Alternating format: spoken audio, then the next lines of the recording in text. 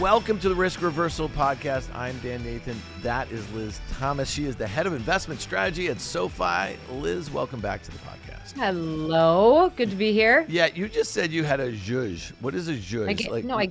I gave my hair a zhuzh. You gave your hair a zhuzh. You give it like a, yeah. If you are listening to this, you don't see what's going on there. It is pretty good. I think it's pretty self-explanatory, a zhuzh. I think it's a technical term. It's not a term that most men would use or probably even heard of for the most part. I live with 3 women. I've not heard that term. Before we get to the markets, and there's a lot going on today, we are recording this on Tuesday. It's shortly after 3 p.m. That means we have less than an hour into the close, and there's some really interesting weakness in certain parts of the market that might not surprise you. And there is a rotation. I know you have lots of things to say about that. We also have some earnings this week. Just when you thought we were probably mostly through S&P 500 earnings, there are some big components that are reporting. This morning was Home Depot. Tomorrow we have Lowe's and TJ Maxx. And on Thursday, we have Walmart. There's also a little tech stuff in there too I want to speak to. And then on Friday, we have Jackson Hole. By the way, Liz, I went to Jackson Hole in July. I've been there before. It is a glorious place in the summer. There are very few places that are nicer. But what's going on in Jackson Hole this week is this Kansas City Fed Symposium, and there's a bunch of central bankers and Fed governors and maybe some corporate executives. And Fed Chair Powell is going to speak to them Friday morning. So where do you want to start here? Well, first things first. Let's start with your Milwaukee Brewers. Guy and I were talking about this earlier. In the last 35 games, they are 30-5, which is absolutely insane. And am I going down to George Michael's and getting a free burger? What's the deal? Is that tomorrow? George Webb's. Whatever. George Webb's. Same difference. It's tomorrow from 2 to 6 p.m. Yeah. Every George Webb in the state of Wisconsin giving away free burgers. So if you are nearby, go get yourself a burger. The Brewers are in the middle of a Cubs game series right now. It's a 5-game series. First one was a doubleheader, and then they've got 3 more after that. So that's going to be, it's a very important series because the Cubs are second in the division. So they need to win. They need to win these games, but they are on absolute fire. The entire state is excited about it. I was just in Wisconsin for a very quick trip over the weekend. My grandma turned 90. Wow. So I was there to celebrate that. And everybody, I mean, people at the party were wearing Brewers gear. I put Griffin in Brewers gear for the party. It was just, everybody is so pumped. So I am equally pumped. And yes, I love it. Burger Day. It doesn't get any better than this. Yeah. Griffin River is 4 months old. He's already part of the 5 months old. Yesterday. He's already part of the brew crew. And I think it's also cool that you guys are in Wrigley. And you know who used to say, let's play too? That would be Ernie Banks. And it seems like that's what you guys are in the midst of. All right, let's do it here. You know, you had a tweet earlier about concentration. And one of the things that I find really interesting is that on our podcast, probably for the last 2.5 years, we have been talking about this dangerous concentration in the S&P 500, where 10 stocks make up 35% of the weight. And in the Nasdaq 100, they're 50% of the weight. And, you know, yes, they led to the downside in April, likely because A, valuation, B, the concentration, C, just basically the liquidity and all the gains that they have. It was easy to sell them, right? So on a day like today, where the S&P is down 75 basis points, the Nasdaq is down, 1.5%, we have had, you ready for this, Liz? We have had one day in June and July where the S&P closed down more than 1%. It was the Friday of the July jobs report. You were probably still tending to Griffin River. We were here. It was an ugly day. It didn't take long to make it up. Actually, I think there was one in June and one in July, and obviously now one in August, and this could be the second one. So talk to me about the concentration, why you put that note out today, and how you think this has the potential to turn into something, or is it just going to be one of these one-day events that we've had over the last few months? Well, okay. So first of all, the tweet was the S&P is down. Now it's down 0.7%. At the time of the tweet, it was down 0.6%, despite advancing stocks outnumbering declining stocks 2-1. So when you measure breadth in the market, right, how many stocks are going up versus how many stocks are going down, we've got a lot more stocks going up than down, but somehow the entire index is still down almost 1% for the day because of that concentration. And because then you look at the Nasdaq, so you see something like that, you scratch your head, what's going on? Look at the Nasdaq and notice that the Nasdaq is down over 1.5%. So it's obviously those mega cap tech or tech adjacent names that are pulling the whole thing down. And the rest of the index, no matter how strong it is right now, can't keep up, right? Can't make up for that drag. So that's why last week I wrote about diversification, why it's important to diversify right now. That's why the week before I wrote about volatility and implied versus realized volatility. So then the question is, what's going on? Why is this happening? There have been a number of different places that have written about this over the last week and maybe even over the last 3 or 4 days, that the AI so-called bubble, if there was such a thing, people are using the term bubble again, the AI bubble is sort of coming home to roost. So there's been so much spending. The stock multiples are out of control, right? This is the premise that a lot of the writing has been about. So now we're seeing this rotation out of some of those big names, and maybe it's just a short-term fear rotation out and into some of the stuff that hasn't done well, which is how rotations work. They come out of the highly valued stuff, they go into the stuff that has either trailed or maybe just has been completely unloved in the case of healthcare. And we're seeing that now. Because it's only been 1 day, we can't say it's a trend. I can't tell you if it's going to continue or not. But this is the beginning of what could be called a broadening out trade if you want to take the positive side of it and say, this is what broadening out would look like. The equal weight maybe doing a little bit better than the market cap weight. You've got sectors, maybe they're defensive sectors, but still sectors that haven't been in the spotlight for a long time coming back into the spotlight. You want that broader participation, but it could also be the beginning of defensive posturing. And Dan, you know this better than anybody, the options action that's been going on. We've got, I think we covered this on CNBC today. I think something like what they call disaster puts, the cost of disaster puts is at a 3-year high, something like that. So people will pay a lot for the protection. The options market is saying volatility is coming. We should be bracing ourselves. Still, we got 1 day of action. We'll see what tomorrow holds, but we're heading into a period that could be a little choppy. Jackson Hole, more data coming, Fed meeting where everybody's expecting a cut. What if that cut doesn't materialize? Yeah, and I think that's obviously the focus of Friday, and so we'll kind of drill down on that in a second. You know, the concentration is a problem on the way down. On the way up, yeah, we know that a handful of stocks have made up, first and foremost, a good bit of that S&P 500 earnings growth, right? So if they're that concentrated in the index, you would also expect them to actually have that contribution in S&P 500 earnings. And that has been the case. And then you've also seen multiple expansion, right? Which has really helped to the upside. So it doesn't take a whole heck of a lot for investors to say, you know, maybe bubble, maybe this, you know, who knows, right? What the kind of thing is. Maybe it's rates aren't going lower and these are long duration assets and all that sort of, I mean, there's no shortage of things that you can point to. But today in particular, there are no big headlines that would cause you to say, let's hit the pause button on this generative AI trade, right? Well, Palantir is down 9%. And this has obviously been the poster child for this AI boom away from NVIDIA and away from hyperscalers. We've been talking about this name 100 times sales, $435 billion market cap. And I just want to be clear, if you can do that math, 100 times sales on a 4 billion number, it basically gets you to that 430 billion. It makes no sense. I've never seen anything like this in my 28 years in the market. Sooner or later, that bubble is going to burst. Your question could be, from where? You know what I mean? Like if you're short this thing, you could be, you know, blown out. And that's what happened to people in that last year of the internet bubble in 1999. I mean, the Nasdaq went up like, I don't know, 70% or something like that. But it proceeded over the next 2 years where a lot of the poster children for the dot-com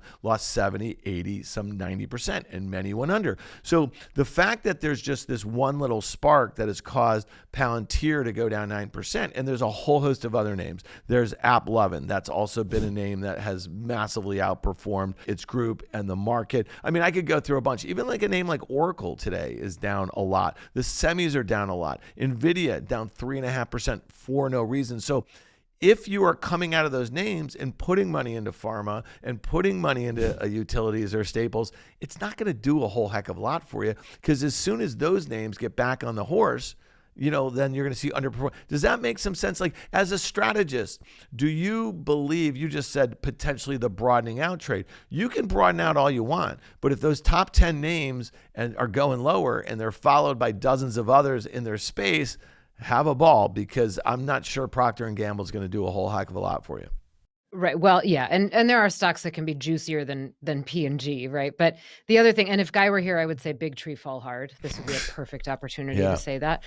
But something like Palantir, I mean, it's up almost 400% for over the last year. So the bigger the magnitude of the climb, the more sensitive it's going to be in some of these momentum reversals. And momentum works in both directions. Momentum works on the upside, and we've certainly experienced that and seen that through this year in trading and what's driving the market. But it also works on the downside. And if you've got a lot of individual investor participation in these names, people start to selling begets selling sort of vibe. And a lot of this too, when it's propped up on sentiment, and I'm not saying the sentiment has entirely shifted, but when it's propped up on sentiment, the ability to hold on through some of those gyrations is really low. So I think this could happen for a number of days. It could even happen for a few weeks, and you sort of see this grind lower for no apparent reason.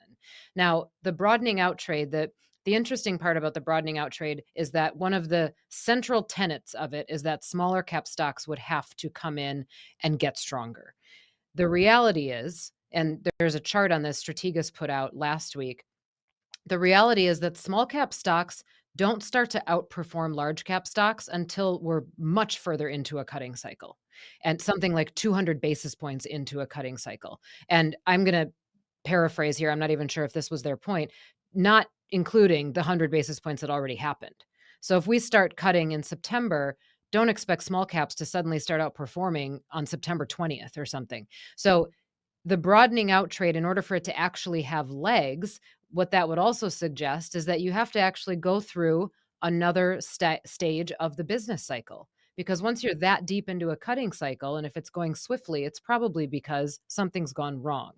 Small caps tend to do well when we're coming out of a problem, not when we've had really good times and suddenly there's this rotation because rates fell. So the expectation about that broadening out trade, I think, is a little bit off base, especially if we're putting all of our chips into the small cap basket. But to your point, there might be a rotation right now where we broaden out into some other sectors, maybe some other names within the large cap indices.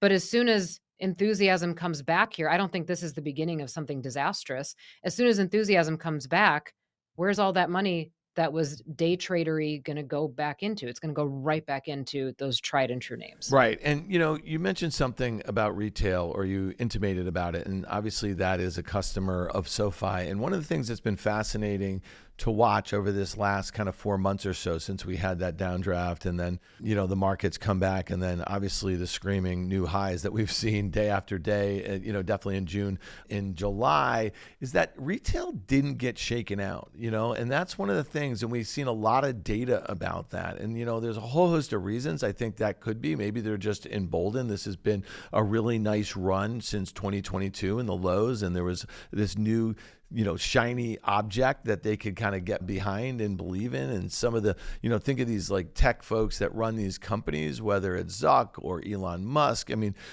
Sam Altman, these are people that, like you can get behind and you can believe in their vision for the future, and it's optimistic, right? And so the whole idea that you can play along, and go along for the ride, I think it makes perfect sense. It'll be interesting, though. There was a reason to sell in April, right? And now the reason, to your point, you would have to have the Fed get more hawkish, right? You'd have to have, unemployment start to tick higher. You'd have to have inflation tick higher, right? Like, there's a whole host of things that, you could, and you said there's different ways the Fed could start cutting, right? One would be that you have a lot of weakness in the labor market, right? And let's say, that will outweigh even inflation sticking around here, that sort of thing, or because they can cut. Right? And if they can cut, that means the labor market is stable, and it means that inflation's going in the right direction. But right now, that doesn't feel like the highest probability. No, and that doesn't even come out in the data. The labor market is slower, there's less activity happening, it's still pretty strong. And there's room for the labor market to weaken before the Fed, I think, would get even all that nervous. And the inflation data is concerning, really. It's not coming down the way that they would like it to. So, what I would expect out of Jackson Hole, or I should say this, I won't be surprised if Powell refuses to secure a cut in September. If he says things that will buy him some more time, buy the committee some more time to see data before that September meeting. And right now, the market is pricing in something like an 85% chance of a cut. I think that's too high. And if the data comes in weak between now and September 17th, sure, that's probably accurate, or maybe it moves back up above 90%. But right now, given where the data is, and we still have much more data to come before then, I think expecting 85% chances of a cut is a little optimistic. Yeah, I guess, there's two things at play here. I just think when you have consensus this way, I think it would be very hard for Powell not to do that 25 basis point cut, especially when you look back a year ago when they cut 50 basis points because they were worried about the labor market, and then they did 2 more 25 basis points. So you would have to see something really change, I think, in the global economy, like some sort of shock or something like that, to see them, you know what I mean? Go 50, which they did a year ago. I don't think anyone's suggesting that. If you look at the CME Fed Watch tool, it's about a 50-50 that they're going to cut another 25 if they do cut in September. So that would be October, right? And so the scenario where they are cutting is off the table. Your 85 quickly goes to, let's say, 50 is if we get into the first week of September and we have a jobs number, right, that gets really weak. Then you're going to see that sort of pressure, and you're going to see it politically because, if we have a jobs print that gets revised again and is much weaker, can you imagine what Trump is going to be like, even though that he has fired the person who oversees the tabulation of that data? It's going to get messy, and he's going to direct it right at Powell. Right. And so then we have a couple weeks into that Fed meeting. But in the meantime, we're going to have CPI, we're going to have PPI, we're going to have PCE. So I agree with your assessment.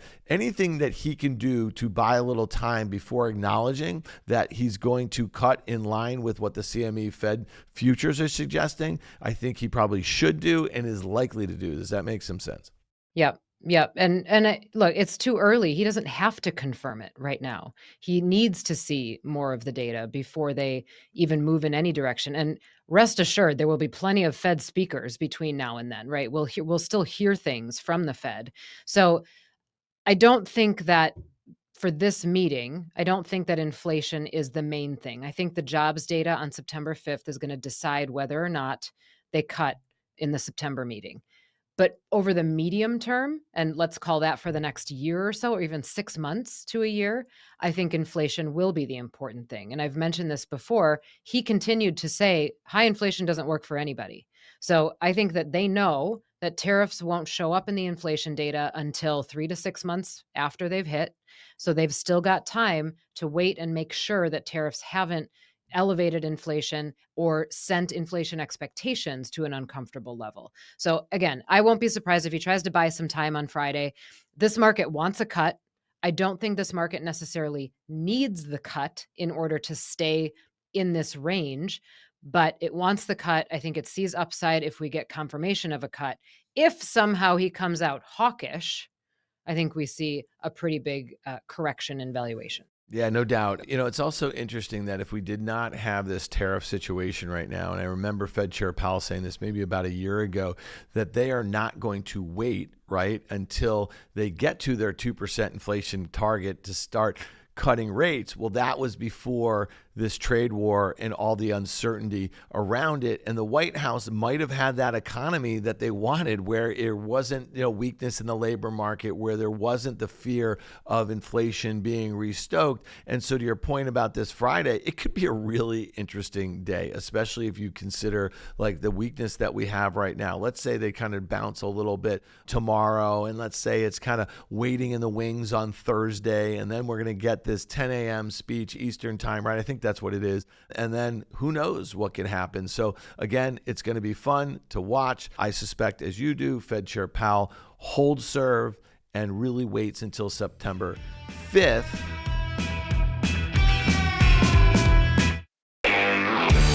Okay, you've been talking about a steepening yield curve. And before we make everyone's eyes glaze over after just talking about the Fed for 7 minutes, I want to go to the Daily Spark. This is written by Torsten Slok. He is the head strategist over at Apollo. He says there are 3 reasons why the yield curve is steepening. The Fed is cutting rates. That's an assumption that they're cutting rates starting in September. If the market thinks the Fed is cutting for political reasons, it puts upward pressure on inflation expectations and ultimately long rates, which also steepens the yield curve. And then the last one, growing Treasury issuance is putting upward pressure on long rates. All right, talk to me a little bit about those 3 reasons, because it sounds like Torsten reads your work, has been listening to the Risk Reversal podcast, because these are things that you've been talking about. And then I want to take it a step further and say, okay, let's assume that we do start this rate cutting cycle, which we just talked about for 5 minutes. Where do you want to be? You know what I mean? Let's just say they're doing it because they can do it. Right. So also I want to remind people, if they start cutting and they're doing it because they can do it, the goal is to get to neutral. The goal isn't to stimulate anything. This isn't to save anybody. Because it's too restrictive right now. That's the whole idea. Yeah. Well, and their long-term target, we're above their long-term Fed funds rate target. So the goal eventually is just to get closer to neutral being the place at which we're not stimulating or contracting. It's everything is sort of humming along at a comfortable rate. So this is not to save anything. This is not to defend against anything. So his 3 reasons: the Fed is cutting rates. Well, they're not yet, but the market thinks they are. So the market is pushing the 2-year yield down, which is half of what you need to steepen the yield curve. And then the second reason, if the market thinks the Fed's cutting for political reasons. Now, there's going to be politics weaved into this, no matter what we say, no matter what we do, no matter how much Jerome Powell denies it, it's going to be weaved into this. And the idea there being, if politics is weaved into it, then long-term, we're a little less stable, or maybe long-term inflation expectations, because they can't quite get their ducks in a row and agree, the administration and the Fed, long-term inflation expectations continue to rise. The risk there is that inflation expectations become entrenched, and you don't want that. The Fed definitely doesn't want that. But when that happens, when you've got inflation expectations rising, something like the 10-year yield rises. So now you've got the 2-year coming down, the 10-year going up, and then the last force here, the Treasury issuance, putting upward pressure on long rates. And I would even add something else to that. I would put a 4th reason in here. We've got a reverse repo facility. I'm not going to get all into the weeds here, but a reverse repo facility, which is like excess cash, let's just call it that, is all but drained. So there's liquidity that's come out of the market. If the Fed continues to engage in quantitative tightening, okay, one of the things they could do is just move the money to the shorter end of the curve. So they'll let some of the longer stuff mature, like MBS, mortgage-backed securities, and then reinvest it basically in 2-year T-bills, okay? So the whole idea is, if you buy the T-bills, that should put downward pressure on yields. Right. So if they start engaging in quantitative tightening, that's just basically manipulating the curve. If it's less than 2 years, it's a T-bill. A T-note is 2 years to 10 years. If they start investing in the short end of the curve, that steepens the curve even further. So why do we care? We care largely because if you look at the stock market right now, driven by growth stocks, right? These are long-term investments. You've got more duration risk in growth stocks. And right now, if we've got a steepening yield curve, there's more duration risk in that as well. So anybody who's invested beyond, let's call it 7 years on the Treasury curve, there's more duration risk. There's more sensitivity. What that means is there's more sensitivity to stuff changing. Interest rate policy changing, headlines changing. You're just taking on more risk. The good news is you're getting paid better for it if the yield curve is steepening. But we've got an equity market that is dependent on long-term assets, and we've got now a Treasury market that is seeing some volatility in the long-term assets, and we've got Fed policy that we're not sure what it looks like for the next 6 months or so. So this does present a good recipe for volatility in both the stock and the bond market right now. Yeah, and it's interesting on a day like today, we just talked about where the indices are. You have a VIX, and I know the futures curve looks a little different, but you have a VIX that's still under 16 right now, which is, like a lot of folks who are just looking at that number, they say to yourself, well, that doesn't, signify any specific fear. If you look at the VIX-N that tracks, the volatility on the Nasdaq, that's up, about 10%. So it's doubling that of the S&P 500, which also speaks to your broadening out trade because you don't have the concentration in the S&P of those big names that you do in the Nasdaq. One of the things that, this has been routine for me really since 2022 when the market started dipping lower, and that felt like a very orderly sell-off, and what happened in April was far from orderly. If you had kind of been on vacation for like a week and a half, you might have missed the chunk of what really happened, both to the downside and the V reversal, to the upside. But my view, as much as I think there is a bubble in CapEx spending right now, I also believe that in the long term, these long duration assets will benefit from that spending. It's just Sure. the uncertainty in the near term, which is one of the reasons why I do believe rates are going to go lower. And I think yields obviously follow that. So when you think about the short end and what we just talked about here, I think the Qs and 2s makes sense. It makes sense to dollar cost average the Qs if we start seeing, a reversal, and one day does not make a trend, as you just told us. But if you were to see some of the biggest names take a breather, go down 10%. Think about that. We haven't seen that in months, and I think people just don't think it can happen. So the idea of dollar cost averaging the Qs, I can assure you,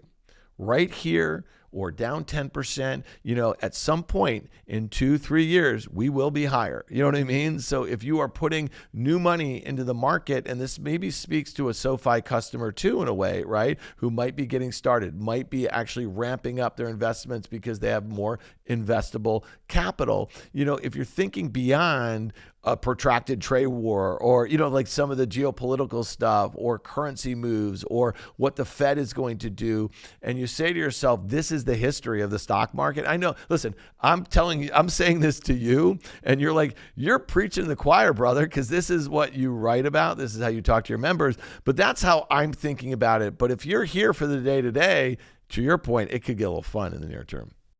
Yeah, and I'm gonna write about the CapEx spending tomorrow, so you'll see that, when I talk about it on Market Call on Thursday, but you'll see it in the blog on Thursday morning. But something that's really interesting about what you said, I think a lot of it depends on why people are buying these names. Now, you talked about the long-term benefits of CapEx. I completely agree. Over the long term, I think these companies will benefit. The AI theme will benefit. This is all for the greater good, and it's headed in the right direction. And it's also necessary. If you look at even just historic other technology bubbles, other things that have happened, ways to catapult us forward in innovation, you need this CapEx spend in order to do that. So it has to happen. But there's I think a very large cohort of investors that's not buying it saying, well, the CapEx is good. And I know that over the next 5 to 10 years, that's going to pay off in the stock price. I think there's a lot of people buying it because the momentum is good and because the headlines are good and the disruption and the idea of this disruption is good. And it's a little bit less about fundamentals when we get to this level in markets and we get to this froth and this FOMO trade and all of it and all of the different indicators that we can look at, meme stocks, IPOs, the IPOs that were really big on day one and day two and then fell apart, right? There's a lot of different sentiment indicators that are telling us we're a little high right now and people got maybe a little ahead of themselves. So some of that unwind, some of this coming out of the system, I think is okay. The other thing I would say is when we think about a broadening out trade, it doesn't have to be a wholesale like get out of tech. So you're talking about averaging into the Qs. I used software as my final trade today because you look at it's getting schnockered, right? And it has not Never heard kept up that one at all either. this year. Yeah. Schnockers. It has not Yeah. kept that's what's a Yeah. Wisconsin term? Yeah. I love it. Getting schnockered has not kept up at all this year. And if we have a rotation or money comes out of the beloved big tech names and people don't want to get out of the growth trade entirely, I think you see some of those other parts of growth start to benefit. So it'll be interesting to see where investors put their money for the next month or so. But this is definitely going to be one of those times. Oh, the last thing I wanted to say. Yeah. You mentioned earlier about the retail trader not getting shaken out during some of these downturns. I think because we've now been trained that these downturns don't last. They're very fast. I mean, think about the bad jobs data from last August and the yen thing. That lasted a day and a half. Yep. The April thing, yes, we're still talking about it, but really it was a bad couple weeks, Yeah. right? Think about the regional banking crisis. It was pretty It was like we violent. thought that was the end of it. I know. It was bad. Yeah, I mean, all of these were violent, but the length of time that they last, I think we've just been trained as like, well, it started. Don't worry, it's not gonna go on that long. Well, I think the history of sell-offs, at least modern history, are V reversals. I mean, think what happened in March of 2020 into April and May, and then what we had in April here. I mean, I think that was the shortest time in which we dropped 30% or something like that and recovered. Okay, so we got Jackson Hole on Friday. We got some earnings on the retail front this week. I mean, listen, again, I think they're going to probably be the ones that disappoint as far as guidance, or say they've been affected by tariffs. They're going to have others that are managing inventories and all that stuff better, and they're going to reaffirm their guidance for the full year. This is what Home Depot did today. Stocks trading up a little bit, never confirmed. I think most of the retailers never confirmed all those new highs that we had in the S&P 500. So it'll be interesting to see what they have to say about the consumer and how they're managing tariffs and the like. So again, Liz Thomas, we appreciate you being here. We'll see you on Thursday on the Market Call. Thanks so much. See ya.